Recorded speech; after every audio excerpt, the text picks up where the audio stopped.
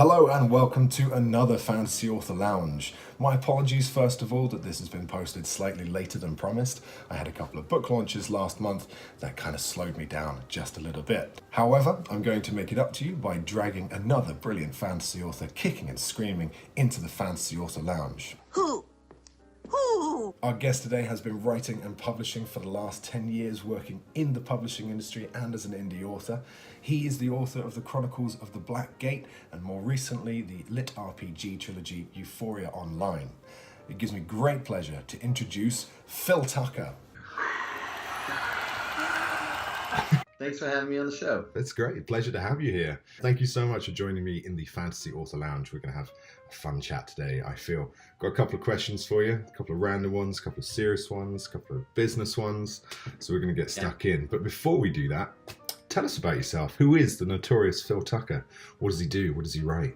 Well, I am a fantasy author. I used to say epic fantasy, but I've since branched out a little bit. Mhm. I've written a lit RPG trilogy and an ancient Sumerian trilogy, book 3 of which is going to be coming out soon. Excellent. So I guess at this point it's just a general umbrella, a sort of fantasy author. Currently down in Miami, but I'm going to be moving back up to my home of Asheville, North Carolina this summer. That's cool. Yeah, that about sums me up. I've got a beautiful family that I adore. I spend all my time thinking about writing or wondering how my writing is selling. Yeah. Should probably get some more hobbies. Like But these days, indie between author having hobby. toddlers and trying to put out books, time is tight. I can imagine. I mean, I don't know how you do it. I've said this to you before, but I mean, you're very dedicated to your writing, but also to your family at the same time. You seem to balance them I don't know what happens behind the scenes, but as far as I can see, you seem to balance them really, really well. Well, you just stop showering, you stop, doing anything except those two things, and you transition like from one to the other without any breaks, and you just live your life either doing one or the other. Nice. Very simple. No, what really helps is working from home and having a partner. My wife is just fantastic about carving out time of the day for me to write. That's very much. And sometimes I feel like a part-time, full-time author, part-time, full-time parent. Mhm. Which doesn't make sense, but you know what I mean. In that, like, you have to just be very flexible, and each day you can't set up a routine that you stick to, where you have your office hours and you have this. Like, it all depends on how each day is going. And each night or each Sunday, we plan the week ahead or the next day with my wife and I, and we sort of get an idea of what the schedule is going to look like. And we've got a babysitter that helps out with our youngest, and yeah, you just adapt and you roll with it and you carve out time when you can find it, and then when the time's up, you just close your computer and you head downstairs and spend the rest of the day with the family. And just relax, yeah. Well, that's great. I mean, it's dedication. It really is. I mean, because you're known in our groups, but also just on Twitter and Facebook and to the general population as being quite a prolific author, or at least a very, very speedy author. Because I'm regularly shocked by your word count. I think what happens is that before I had my family, well, even when I was with my wife, before the kids arrived, I was a much slower writer because there's this dangerous sense that, I've got all the time in the world. I don't actually need to write right now. I can write later. Tomorrow or something. And so you end up sort of like kind of cruising along half the time. But then once the kids arrived and time became a premium, you're like, okay, I have, 3 hours this morning and that may be it. So you can't just waste your time. You just get to it. And you dive into the work and you get in the zone. And what's great is that the more you do that, the more you train yourself to write. It's almost like, training like muscle memory or something. So when you sit down, you're more able to dive into just being productive. You don't need as long a warm-up period. So in a way, my wife jokes that my kids are actually responsible for my success, because without that pressure, with that need to succeed and support my family, and also that need to make the most of my time, I probably would not have been nearly as professional or focused as I have been. So that's a really interesting way to think about it, and quite a good perspective to approach it from. Like I said, it's very impressive the amount that you can write, and because I know that obviously with the time that you do spend, like you said, you sit down and you just dig in and you just get it done, and 3 hours later you've somehow got 10,000 words. About 10,000 in 3 hours. But yeah, it's just something, Well, when I was in my early 20s, I used to think that I was going to wait for inspiration to hit. And I would sort of, the weeks would go by and lightning would never strike. And then eventually in my late 20s, I realized that the more I wrote, the more inspired I became. Yeah. And I stopped seeing writing as this sort of precious, sort of artistic calling, though it still obviously has elements of that, but more as like a craft that you have to show up to every day. Like, you know, being a carpenter or whatever, and you show up, you do your time, you develop those skills, and you end up opening yourself up to being inspired a lot more. So you're frequently hit by like ideas and you problem solve when you're doing other things, and just that ability to sit down continuously and write actually makes it so that you're more inspired and more on fire all the time, which is something I wish my creative writing teachers had told me when I was in college. But then I was probably not going to listen to them anyways. That's interesting. I mean, I always recommend to people whenever I'm asked about writing advice, I think you're probably pretty much the same, is that you should write every day, even if it's, 100 words, stretch those muscles, flex them. It's like training for a marathon. You can't, obviously marathon being your goal, you need to work up to it, and there'll be days that you don't want to run, and even just a little stroll around the block will keep your muscles fresh. And I think, as an analogy for writing, it's some of the best advice you can give, I think, to a budding writer. And what's interesting is that if you just write 200 words a day, the course of a year, you'll have written, I don't know how to do math, like a ton. And that will result in a book that, you just have to squirrel away 15 minutes out of your lunch break or whatever, and you'll get that book done. And more, I'm starting to think that the true value lies in consistency over writing speed. I used to take a lot more comfort from just being able to have these bursts where I write a novel in 3 weeks or a month and a half or whatever. But then I would end up having sort of a book hangover, and I'd take 2 or 3 weeks off to sort of recover and just sort of think about the next thing. And I'm coming around to the idea that it's actually better to write less, write more consistently. Right. Like Brandon Sanderson, right? Like I think he does 2,000 words a day. Yeah, which is not huge to a lot of authors at his level. Stephen King's the same thing. They write every single day. And they end up churning out like all these great books. Exactly. I'm slowly trying to move in that direction where I'm able to be more consistent. But then again, once I get excited about a book, it's very hard to just 2,000 words, I'm going to just go sit in the corner now and stare at the dead screen and not write anymore. That's it. I guess that's where you come up with hobbies, but... Exactly. Yeah. Well, I mean, speaking of your writing and the numbers that you write, what's your writing process? That when you sit down, I mean, obviously you talked a little bit about your day and have the family aspect as well. But what does your writing process look like when you're in your writing cave, when you're sitting down to crank out those 10,000 words? It's nothing very glamorous. I basically just jump on the computer. Yeah. I'll do a quick check through a couple of sites, like our Slack. Maybe I'll do, check on social media, see if anything's popped up. Then I will... Actually, I usually end up spending more time finding the right music. I was going to ask you whether you use music. Yeah, I do. And there's a couple of go-to songs that I have, but every once in a while I'll just want something different that will capture the feel of where I'm at in the book. Yeah. So sometimes that will take a little bit of time. But once I found the right song, I put on the headphones, and I've waffled around for about 5, 10, 15 minutes just checking like random things, then I'll just pretty much dive in. Nice, man. I don't reread. I know some people go back and edit the last thing they wrote and all that stuff, but I just pick up right where I left off. I'm a very linear writer, so I write all the way through. I don't hop around to different scenes. Right, yeah. And I'll just power through, and I'll usually write about, I think I average about 6,000 words a day. It's really good, yeah. Well, I don't know if the words are good, but I'll get about 6,000 done, and usually about 2 or 3 chunks. That's really good. Yeah. So usually when there's like a natural break at the end of a chapter, that's when I'll stop writing for a bit, and I'll go get, stretch my legs a little bit, go for a little bit of a walk maybe, or just check in with the family, see what's going on. Wow. But I won't stop for too long, and I'll come back and then I'll hammer out the next 2,000 or 2,000 words. Yeah, and some days it'll go longer, and I've had, some days it'll go like 10,000 words if it's really going well, and then you just write through the morning and the afternoon. But it's gotten to the point where I can just sit down and hammer out the words. I don't need to. That's good, yeah. Yeah. As long as the music's working and everything's sort of lined up and I'm not getting interrupted, it's just off to the races. Because you have done that exercise and you've built up your muscle memory, so to speak. I think Yeah, that's a I've really been doing interesting way this to now approach it. since 2010. Right. Yeah.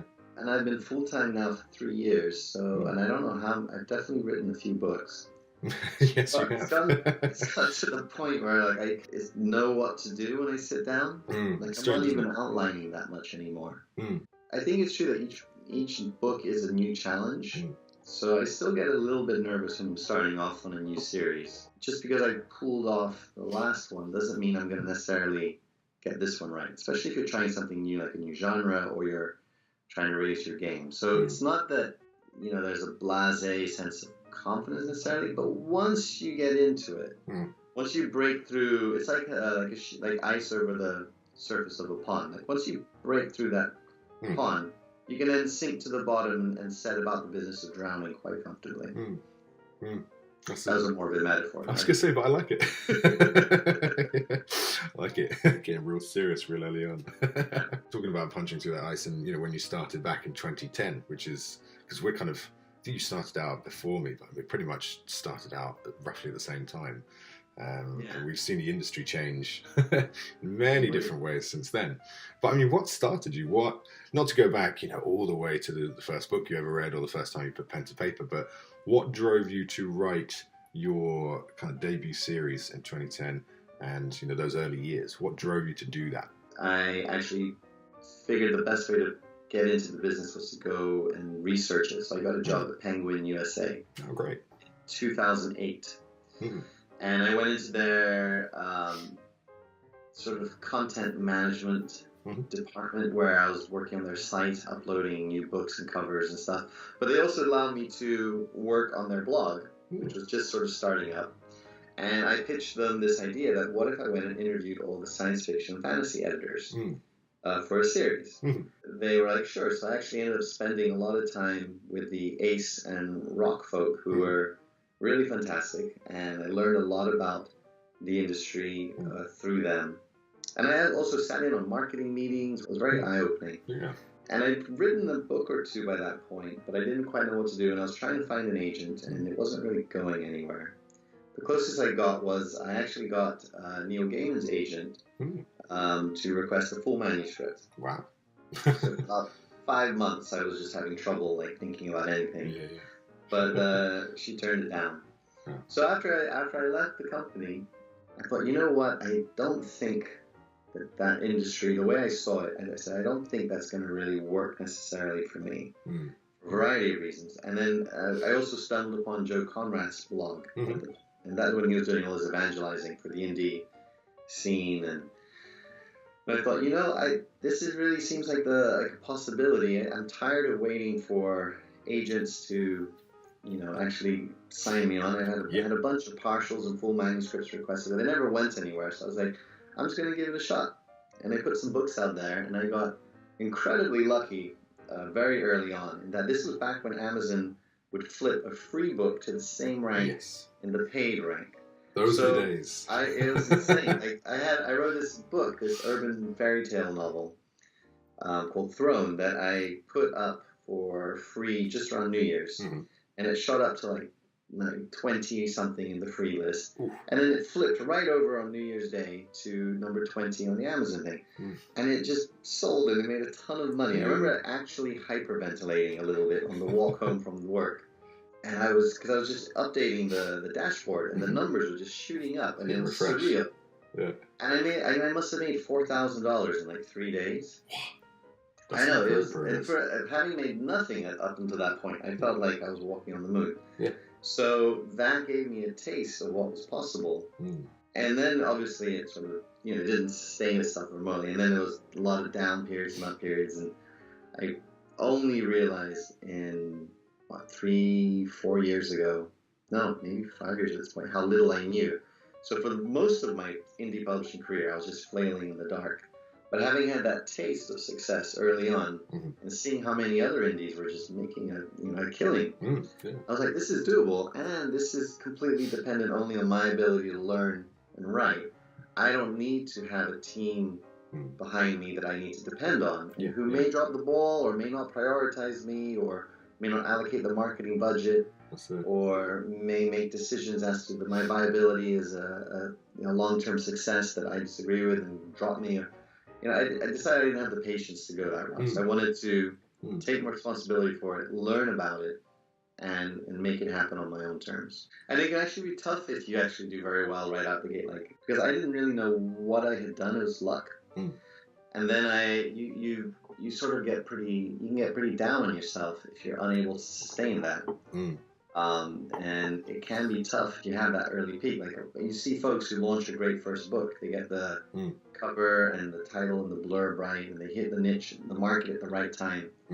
They do well, and then you say, oh, they're doing great. And then a couple of years you go and look for them, and they never published after their third book. They just fell off the face of the map. And I think people can get a taste of success, and then they can get a sense of entitlement, or perhaps even a sense that they're, that it's easy or whatever. And then once they fail to duplicate that magic combination, if you've got that sense of entitlement, and then you get frustrated and you have a year that doesn't do well, or you quit your job too soon, and then you're unable to sustain that income, you got to go back to work.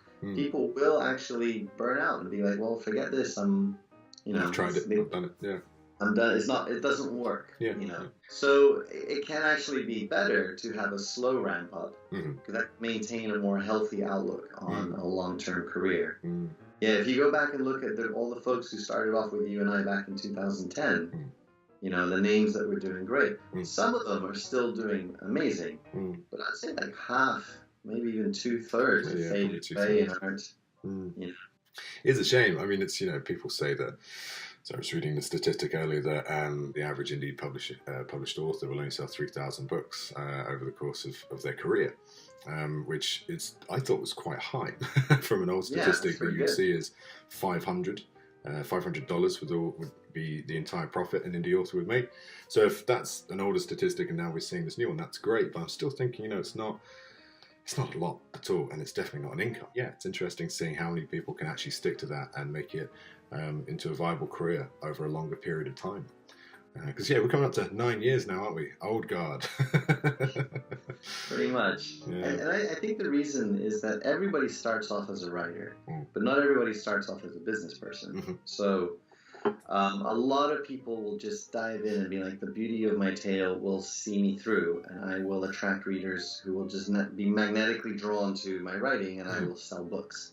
And it doesn't work that way at all.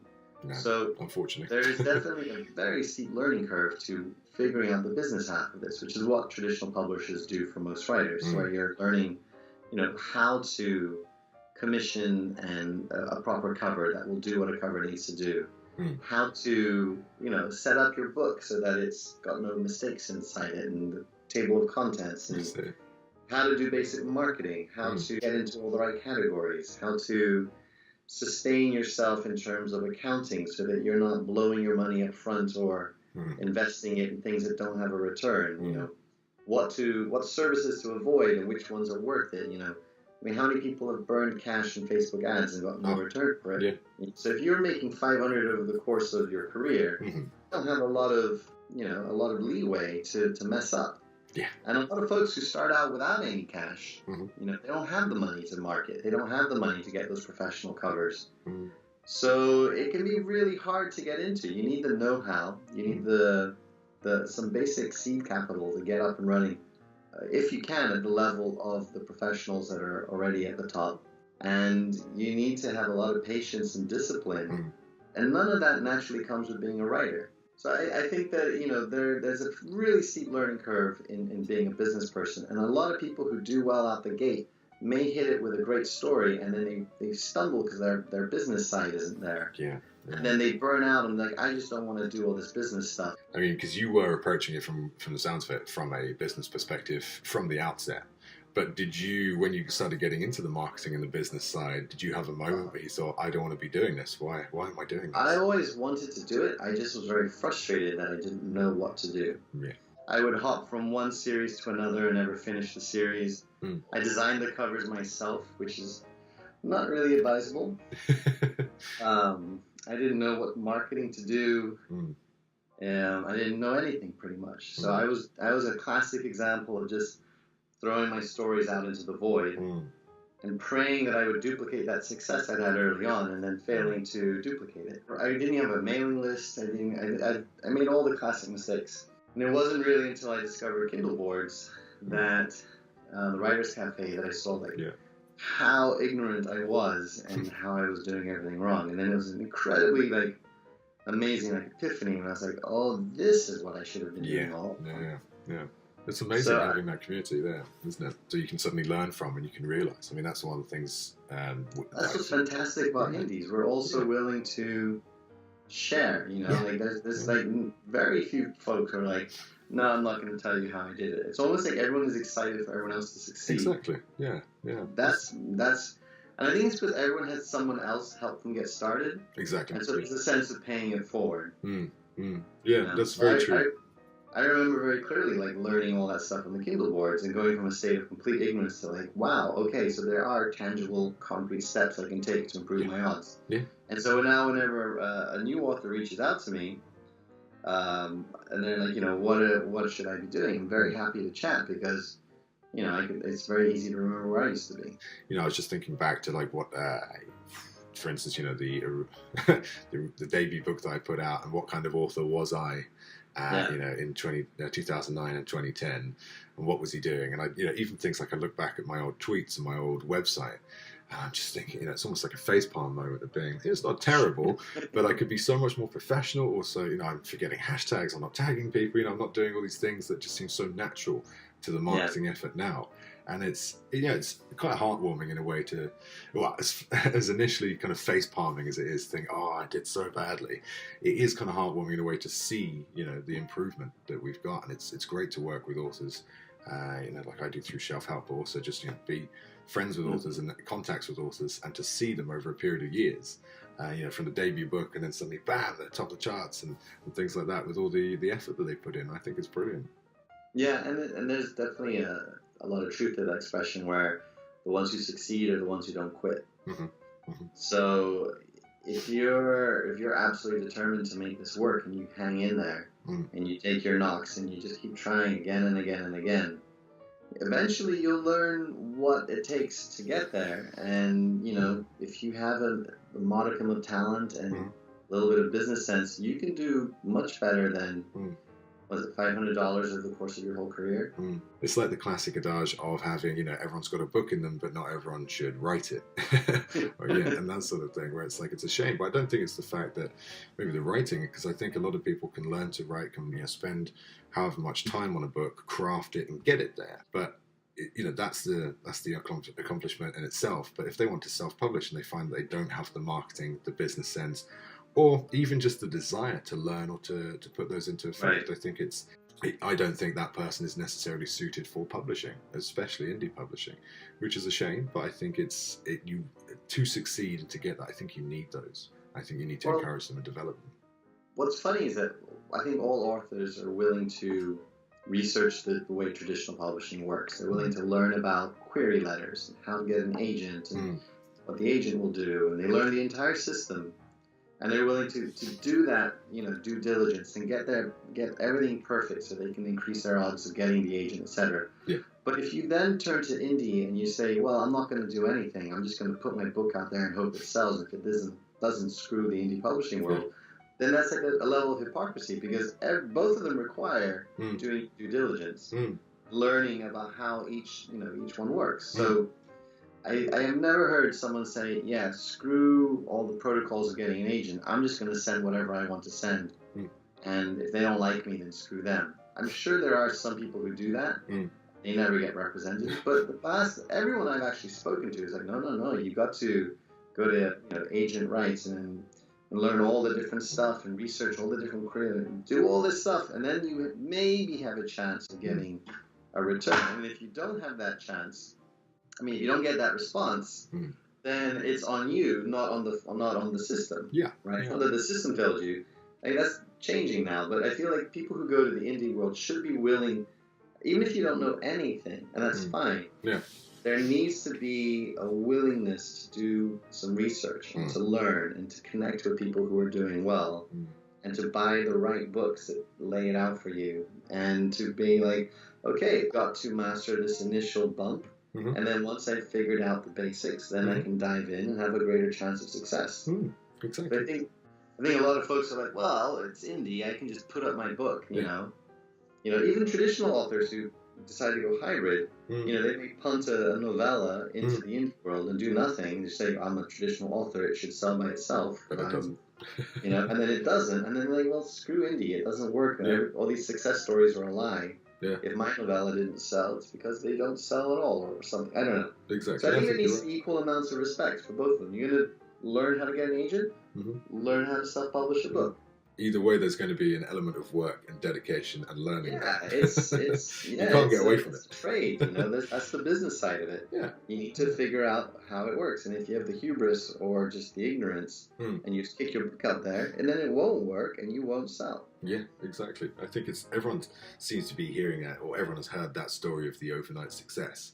And the person who did just put their book out there, and it's suddenly picked up by, Fox, and it's being made into a film. It's like you will hear about that one person because it's a complete and utter anomaly. And what you will actually find is there'll be overnight successes, 10 years, 15 years in the making. Exactly. Because they have put in the dedication, the time, etc. And then suddenly they will achieve, the sort of critical mass that gets everyone familiar to them. Right. And so they're the new darling, and everybody's, where have you been all this time? They're like, I've been working right here.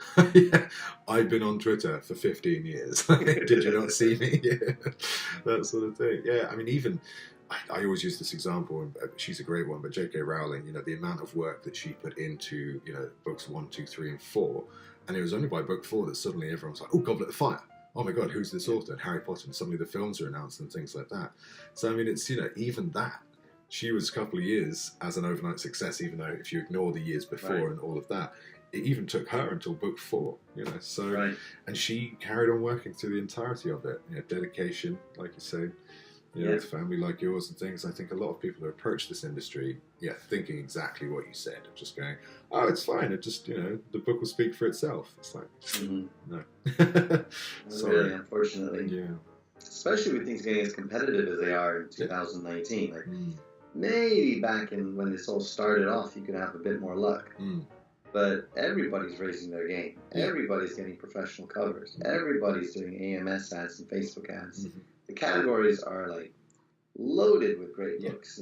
There's so many people who are just producing top quality content in the indie scene that there's just no more room for like just lobbing a book in there and hoping for the best. Exactly. Yeah, I completely agree. And it's in a way brilliant because, I mean, this is what I've been campaigning for, and a lot of authors have been campaigning for the last 5 to 10 years, is let's raise our games, let's raise the collective bar to get rid of that self-publishing stigma that we have books full of full of errors and terrible covers and things like that. And I think the people who aren't doing that and aren't raising the game are finding themselves left behind. Until they change their minds and their approach. And I think the cream is rising to the top, which is great because, I mean, I know readers that can read 8 to 10 books a week. So it's not like we have a market that's shrinking and we're producing too much product for it. And you look at some authors like Jonathan Renshaw or Will White, and you see the numbers that they move. It's a huge market. You can sell, like hundreds of thousands of copies of your books once you get out there. And you can then, if you then burst out of your category and become like a George R. R. Martin or a Rothfuss, then you can sell millions. So there is no cap on what you can succeed at. But the trick is to get noticed. And these days, to get noticed, you need to bring your A game and be incredibly professional. 100%. And that's what's changed. The market is very accommodating to excellent books. You just need to bring that story within the perfect, have all of your elements lined up so that you have the highest chance of succeeding. I completely agree. Well, let's move on away from the business very shortly, just because I always like to get. We could chat about this all day and tell each other things that we both know and agree with. I like it. It's like the really bad writers. Like, as you know, Ben, and self-publishing a book, and we're like Nathan Butlering right here. That's it. Something I always like to do in these interviews is to get kind of a bit deeper into who you are as a person as well, because we see the online profiles and things like that, and we see the books that you put out and the authors put out and spend a lot of time on. But I think it's really useful to find out what what personality it takes to kind of be that sort of author and to be that sort of success. Out of interest, if there was another Phil in an alternate universe that hated books, that hated self-publishing, that didn't have any of the drive that you had when you first started out and still have, what would he be doing? Would he master archer, physicist, peanut farmer? Probably not a dentist. But I've always wished that I had more time and drive to get into music. Sounds good. I wouldn't say that I have like a facility with instruments, but the few times I've taken some classes, my instructor, well, I am paying them, so they are biased, but the instructors would always make very sort of like, oh, that's pretty good, you're doing well. And it would sort of make sense as I was playing. And I always wondered if I had the time and the drive where that could have gone. So maybe, I think I would still be doing something creative. Maybe that creativity would have been channeled into music. I got really, really good, I think objectively speaking, I got really good at playing Guitar Hero for a while there. When I was living in New York before I got married. And I was like, you know what, if I put this time into a guitar, I could actually play guitar. So I did that. I put the Guitar Hero guitar aside, and I borrowed a friend's acoustic, and I got like one of those like DVDs to like learn how to play. That's there. Yeah, I like this. But it was a lot of work. Yeah. And it came down to a confident question, like, am I going to put an hour into playing guitar, or am I going to put this hour, because I was working at the time, am I going to put this hour into writing? So writing always won out. Yeah. And it's not as fun to learn to play guitar as it is to excel at Guitar Hero on a very basic level. Very good point. Am I going to go jam with Led Zeppelin, or am I going to try and play Twinkle Twinkle Little Star? But I think that if the writing hadn't torn me away, I think I would have maybe gone into that a bit more. And I have no idea what that would have come to or anything. But I could see that, and I think I still want to revisit that at one point. Maybe in a few years once the kids are older and the pressure's off and I don't have to write quite as intensely. I think I will come back to music. Yeah. If you could share some Takeout with anyone from history, whoever you idolised, from ancient to recent history, who would it be? And what would you order? Well, I thought about this one, and my initial instinct was to go for all sorts of fun, lovely, interesting people. Some of them still alive, just like that would just make for a very pleasant experience.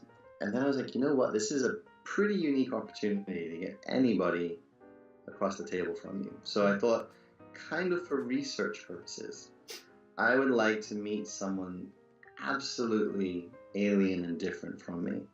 So I was thinking, go way back in time, maybe like the Assyrian Empire. There's this guy called Ashurbanipal, and he was in the Neo-Assyrian Empire, and he's fascinating because he built this huge library that they discovered and became a source of all these cuneiform tablets that really enriched our view of the time. So he put a lot of energy into putting together this library, which would lead you to think that there'd be some sort of commonality, right? An appreciation for literature. But he was also famous for being incredibly brutal to his enemies. The Assyrians in general, I guess, were. And he did all sorts of heinous things to the peoples he defeated, and it was just absolutely horrific what the Assyrians would do to the people who'd rise up against them. So it would be this person who lived, what would that be? It was like 800 BC. And it'd be a chance to meet someone who had a completely different worldview, probably did kind of see themselves as a god, who, I can imagine that, on one hand could like really appreciate the value of literature or information, and then on the other hand treat other people in ways that you could never fathom.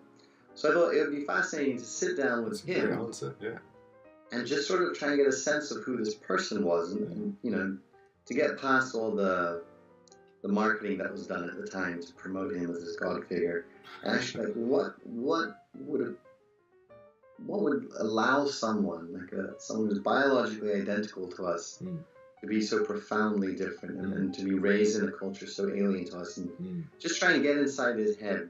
That'd be amazing. Before he ordered me drawn and quartered and broken on the wheel. Well, it depends what you'd order him. That's the thing. What do you reckon? Well, I was thinking fuck that guy. I like sushi. Yeah. So I would probably put in an order for like edamame, some Sapporo beer, maybe definitely like a platter of sashimi. You're going to be hungry now. Probably some teriyaki salmon, some brown rice, maybe some seaweed salad, some miso soup. The whole shebang. Get in some spring rolls and, just do the whole thing. And if he doesn't like it, that's fine. I've always found myself very able to eat other people's sushi if they don't feel up for it. That's a useful talent, actually. It's coming useful. It'd be interesting to see, A, what he would make of the modern world, and then a food from, an empire that he probably would not know even existed, or from at least a land that would never have existed to him. So that's amazing. Yeah. Writing spots, something I'm very interested with, and I know you've got your writing spot there with your standing desk, which I'm very intrigued by, and I want to use a standing desk at some point. But if you could have a portal or the ability to teleport to a writing spot anywhere in the world, where would it be? I'm not going to be very exciting with this answer because I find that I, more than anything, just want to be able to close the door and block out the world when I write. So, I think it doesn't exist, but I'm thinking at some point in having a small, office or cabin built in my backyard in Asheville. Sounds good. Yeah. Very small. Yeah. Just large enough for all my books, my desk, and maybe an armchair by my window. Yeah. Where I can just go there, close the door. There's a little bit of physical distance between me and the kids. Mm-hmm. They would probably still come out and bang on the windows, but at least it wouldn't be as easy for them to get to me. Yeah. But I think, in all honesty, it'd be that. Though I've randomly sort of always been fascinated with I don't know how to say it, the Faroe Islands. Yeah, it's weird. I've always said Faroe Islands, but I think I'm wrong as well. Faroe? There's like an E at the end. I don't know what to do with it. Faroe. Faroe. Yeah, that's probably not it. So anyway, it's these incredibly far-flung islands that are in the middle of nowhere, just pretty bleak, but yet very stark and I don't know. There's this strange beauty to them that I think would at once allow for incredible walks between writing. Yeah. You just get out and walk on the cliff edges and that'd be amazing. Yeah. And just consider how far you are away from everybody, and then also really help you focus when it's time to sit down and write. Yeah. But I once Googled how long and how much money it would take to get to them, and you've got to, you got to take 3 or 4 airplanes and then a boat ride, and I was like, okay. And I don't know what my kids would do out there, so it's probably not going to happen. That'd be a tough commute as well every day, wouldn't it? Yeah, it's either my backyard or the Faroe Islands. That's fair enough, yeah. I think there's a strange beauty to be found in bleakness and in places that are incredibly solitary. I think it's almost like it makes you feel alone and closer to nature, but also kind of dwarfed by... a sense of the sublime. Yeah. Northern Scandinavia, I think anything that has that bleak, sort of epic feel to it, where you just feel you can see the Lord of the Rings happening below you at any moment. No sun inviting you out to frolic. You want dour, gloomy weather that makes you pensive and introspective and so drives you inside to relish a nice big mug of tea in your next writing stint. That's it, yeah. It's perfect for epic fantasy as well. I love it when people say, oh, it's raining today, what a horrible bleak day, and I'm just sat there kind of thinking, yes. Perfect. Yes. Put me in front of a window and I'm there. I love, snow and rain and any sort of precipitation. It really works for the writing. So what's next for you then, personally, instead of the industry as a whole? Where do you see yourself going in the next 12 months, 24 months? Well, I'm finishing up God's Blood 3, which rather disappointingly that series did not do as I'd hoped. It turns out ancient Sumeria and my own personal fascination with things like the Assyrian Empire is not universal or as universal as I'd hoped. But there's a small group that really like the series, so I'm going to finish it off. I'm intrigued. Yeah. Well, cheers, thank you. So I've got that done. I'm just doing some final edits after some beta readers.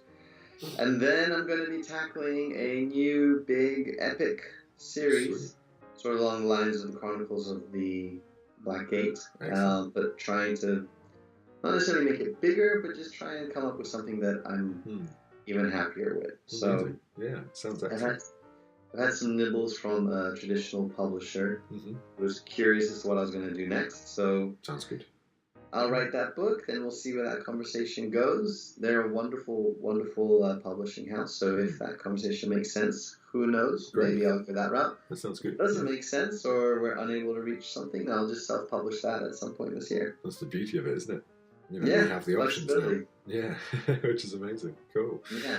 So where, if we were so inclined to find you upon the internet, things like that, where can we find you? I'll put all your links beneath. Amazon. Amazon. Just that. Fair Actually, enough. seriously, Amazon. Go on Amazon and look up Phil Tucker, because anywhere else you go, you're just going to have to end up going back to Amazon right now in 2019. It's a very good Maybe point. if you have another interview in 2014, I'll send you to my website. Yeah, let's go back in time. But right now, let's just get down to brass tacks. Yeah. Head on over to Amazon, Link Google is Phil here. Tucker. That's it. You'll see all my goods on display. Yep. And then buy them all. Nothing wrong with that. Yeah. Good stuff. Well, Phil, thank you. This has been a really riveting conversation. Really interesting to dig into the industry. But you've been really inspiring in terms of your, the way you approach writing, the way you approach the business, and obviously the way you approach your even just every day. So yeah, thanks for sharing that with us. It's been Hey, great. thanks for having me on, Ben. It's been a blast. No worries, dude. Well, I'll let you get back to it. You got another 10,000 words to write in the next hour, haven't you? I've actually been writing with my toes this whole time. Oh, really? You know what? That wouldn't surprise me whatsoever. Awesome. Well, I'm looking forward to catching up at the next con and seeing if I can beat you at archery then, because not many people That's know not that going to you happen. thrashed me last year. We just kept putting that target further and further back along the field at that con. But yeah, it's all good. Well, I'll be practicing in the meantime. You'll see. You'll see. Yeah, we'll see. Good stuff. We take it easy, Phil. Thanks very much. All right, Ben. Thanks Cheers. again. Take care. Bye.